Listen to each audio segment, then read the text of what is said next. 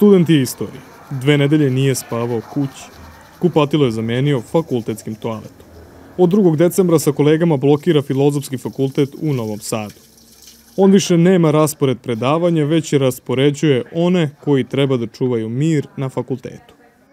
Ja moram da ustanem ujutro negde oko recimo 8, da napravim smene za redare, pošto tu rukovodim između ostalog, da napravim te smene koje radim 2 puta dnevno.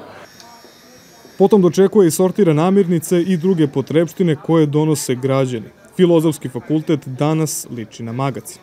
Ovo je i menza, spavaonica, čitaonica, kafić i dom. Svakodnevno ovde borave stotine studenta.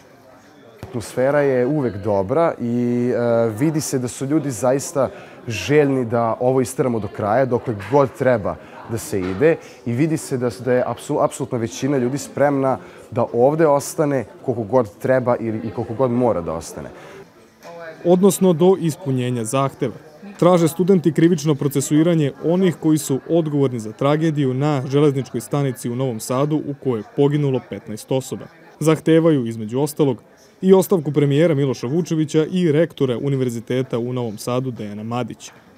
Jedan od njihovih zahteva je i objavljivanje kompletne dokumentacije u vezi sa rekonstrukcijom stanice u Novom Sadu. Vlast tvrdi, zahtevi su ispunjeni.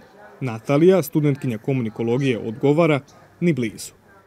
Vidimo da su uplašeni, da nisu očekivali da ovoliki broj studenta ustane, a mi smo pokazali da ne mogu baš tako olako da nas hvataju. Tako da, s jedne strane, oni sada guraju tu njihovu priču da su naši zahtevi ispunjeni, što je potpuno očekivano. Oni su to time izmanipulisali, puštaju njihove medije što hoće. U njihovoj borbi nije ih podržao fakultet, ali jesu brojni profesori. Jedna od njih je i Smiljana Milinkov, profesorka odseka za medijske studije. Imam potrebu da budem ovde na fakultetu, tu sam svaki dan, sve zavisi da li sam tokom prepodneva, da li popodne, uveče, jednu noć sam provela zajedno sa njima, naprosto jer se ja osjećam dobro samo kad sam ovde.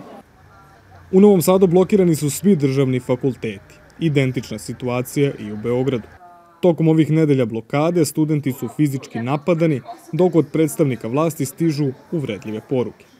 Januarski ispitni rok je za mesec dana, a predstavnici studenta kažu da je sad fokus na ispunjenju zahteva, a ne pisanju testova. Petra Limpijević, Al Jazeera, Novi Sad.